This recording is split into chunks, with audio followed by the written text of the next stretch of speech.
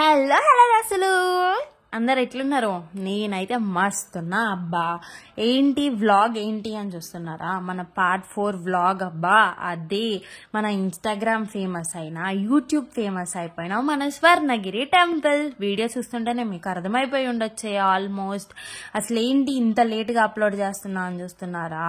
నేనైతే నాకు ఎగ్జామ్స్ అని ఫెస్టివల్స్ అని రిలేటివ్ ఫంక్షన్స్ అని అవన్నీ ఇవన్నీ చాలా బిజీగా ఉండే ఇన్ని డేస్. ఇప్పుడు ఫ్రీ అయిపోయాను, అందుకని చెప్పి వాళ్ళు ఎలాగైనా అప్లోడ్ చేయాలి అని ఫాస్ట్గా ఎడిట్ చేసేసి అప్లోడ్ చేసేసాను అనమాట. చూడండి ఎంత రష్ ఉంది. మేము వెళ్ళినప్పుడు అయితే లిటరలీ ఆ ట్రాఫిక్ దాటుకొని టెంపుల్లోకి వెళ్ళేసరికి మాకు 1 అవర్ టైం పట్టిందండి. ఏంటి దారి అసలు స్వర్ణగిరిలో లేదు కదా, ఎక్కడి నుంచి చూపిస్తున్నాను చూస్తున్నారా? ఈ ప్లేస్ వచ్చేసి మన పార్కింగ్ స్లాట్ నుంచి లెఫ్ట్ లో వెళ్తే వస్తుంది అనమాట. మేమైతే కార్ చాలా లోపలికి పార్క్ చేసేసాము. బయటికి రాని చిన్న దారి కనిపిస్తే ఆ దారిలో నుంచి వచ్చేసామన్నమాట. ఈ ప్లేస్ వచ్చేసి టెంపుల్ బ్యాక్ సైడ్. అట్లా అందరినీ కనుక్కొని వెళ్ళేసరికి మళ్ళీ టెంపుల్ వెనకకే అన్ని రౌండ్లు తిప్పి మళ్ళీ వెనకకే వచ్చేసినాం. గిట్లా కాదు అని అక్కడ ఒక పోలీస్ అంకుల్ని పట్టుకొని రూట్ కనుక్కొని ముందుకైతే వచ్చేసినాం అనమాట. గుడి ముందుకి వచ్చినాక నాకు ఇంకో పెద్ద ట్విస్ట్ పడింది అబ్బా. అక్కడ చూస్తే దగ్గర 6 లైన్స్ ఉన్నాయి. ఏంటి 6 లైన్స్ అని ఎంక్వైరీ చేస్తే ఒక్కొక్కరు ఒక్కొక్కరు అమౌంట్ చెప్పారబ్బా. ఒకటి ఫ్రీ లైన్ అంట, ఒకటి 30 రూపీస్ లైన్ అంట, ఒకటి 100 రూపీస్ లైన్ అంట, ఒకటి 1000 రూపీస్ లైన్ అంట, ఒకటి 1500 రూపీస్ లైన్ అంట. అసలు ఏంటి అని చెప్పి అన్ని ఎంక్వైరీ చేసుకొని నేనైతే అసలు ఇదంతా కాదు, ఫ్రీ లైన్లో వెళ్ళిపోదాము అని చెప్పేసి ఫ్రీ లైన్లో వెళ్ళిపోయినాము. ఇంకా అక్క ప్రెగ్నెంట్ కదా, సో అందుకని అక్క బావ పాప అయితే రాలేదు.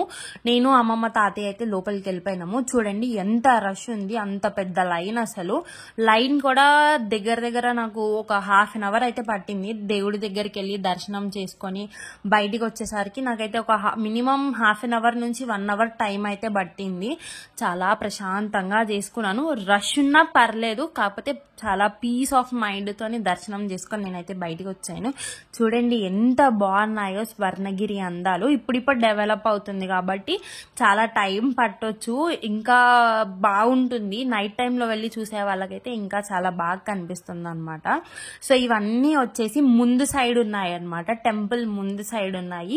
దర్శనం చేసుకొని బయటికి వచ్చాక నేనైతే మా బావని ఒక ½ an hour టైం అడిగి ముందుకెళ్ళి అన్ని వీడియోస్ క్లియర్ కట్ గా తీసుకొని వచ్చి అప్లోడ్ చేస్తున్నాను అనమాట. ఇంకా ఈ గుడి గురించి చెప్పాలి అని అంటే ఇదైతే మన కేసీఆర్ తాత కట్టించిన గుడి అనమాట. సేమ్ ఆల్మోస్ట్ మినీ తిరుపతి లాగానే కట్టించాలి అని అనుకున్నారు, కాకపోతే అది సగంలోనే అయిపోయింది. ఇంకా డెవలప్ అవుతుంది, మైట్ బి మినీ తిరుపతి అవ్వచ్చు. ఇక్కడనైతే నాకు ఇష్టమైన లక్ష్మీ నరసింహస్వామి ఉంటారబ్బా. మీకు ఇంకో ముచ్చట తెలుసా అండి? ఈ గుడికి 4 గోపురాలు ఉంటాయంటండి, అంటే 4 sides రూట్స్ ఉంటాయన్నమాట. అలాగే ఈ గుడి యొక్క స్పెషాలిటీ ఏంటి తెలుసా?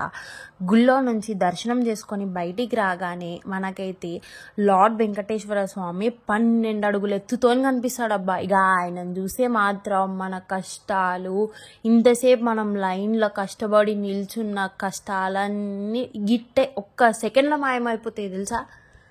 ఇంకో విషయం అండి, ఆ వెంకటేశ్వర స్వామి ఏదైతే 12 అడుగుల విగ్రహం ఉందో అదైతే మొత్తం బ్లాక్ గ్రానైటేనంటండి.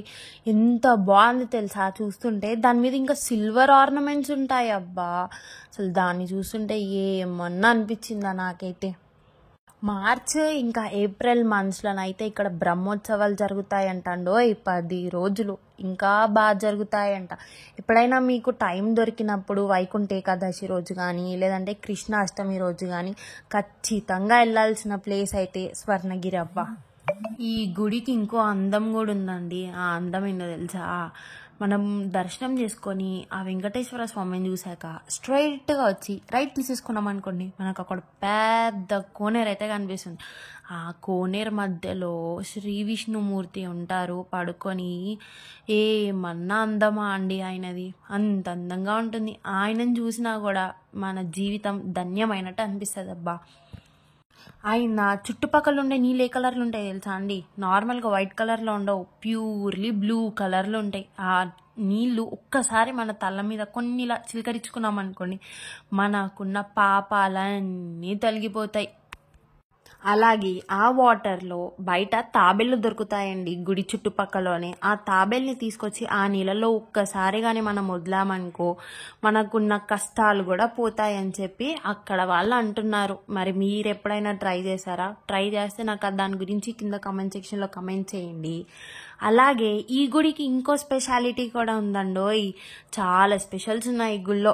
ఇంకో స్పెషాలిటీ ఏంటి అని అంటే, ఈ గుళ్ళో నుంచి దర్శనం చేసుకొని బయటికి రాగానే విష్ణుమూర్తిని చూడగానే మనకి తన పక్కకి ఒక పెద్ద గంట కనిపిస్తుంది. ఆ గంట కొట్టడానికి మనోళ్ళు అయితే ఎన్ని కష్టాలు పడతారో ఒక్కసారి కొట్టడానికి దగ్గర ఒక 50 మంది కలిసి కొడతారండి. మన వల్ల మూఢనమ్మకం ఏంటి అంటే, అది కొడితే మన పాపాలు ఏదో పోతాయి, మనం ఏదో పుణ్యం చేసుకుంటామని అనుకుంటారు. కానీ అసలైన విషయం ఏంటి అని అంటే, గంట కొట్టినప్పుడు అందులో నుంచి వచ్చే ఫ్రీక్వెన్సీస్ మన బాడీలో ఒక పాజిటివిటీని క్రియేట్ చేస్తాయి. అదే పాజిటివిటీ మనతో లైఫ్ లాంగ్ ఉండి మనని ఒక గుడ్ వేలో తీసుకెళ్ళడానికి హెల్ప్ చేస్తుందంట. ఇగో చూసిరు కదా, ఇదండి మన వీడియో వచ్చేసి. సరే దోస్తులు, వీడియో ఎట్లా అనిపించింది కింద కామెంట్ సెక్షన్లో అయితే కామెంట్ చేయండి. ఇలాంటి మంచి మంచి వీడియోస్ కావాలి అని అంటే మాత్రం నా ఛానల్ని ఖచ్చితంగా సబ్స్క్రైబ్ చేసుకోండి. ఇప్పటి వరకు చాలామంది నా వీడియోస్ని సబ్స్క్రైబ్ చేసుకోకుండా చూస్తున్నారు. ప్లీజ్ ఐ రిక్వెస్ట్ యూ, నా ఛానల్ని సబ్స్క్రైబ్ చేసి లైక్ చేసి మీ ఫ్రెండ్స్ అందరికీ మీ ఫ్యామిలీ అందరికీ ఖచ్చితంగా షేర్ చేసేసేయండి. నెక్స్ట్ వీడియోతో మళ్ళీ మీ ముందుంటా. Until then bye by.